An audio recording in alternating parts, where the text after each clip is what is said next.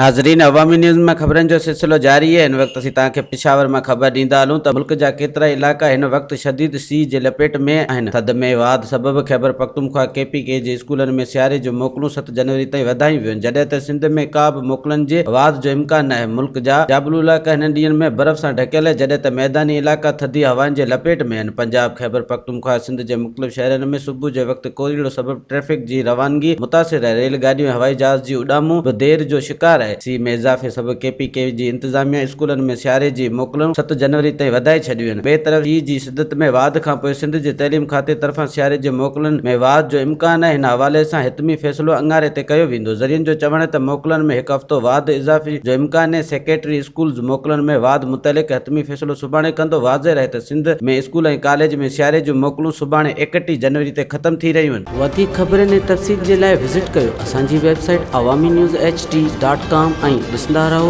Awami news HD।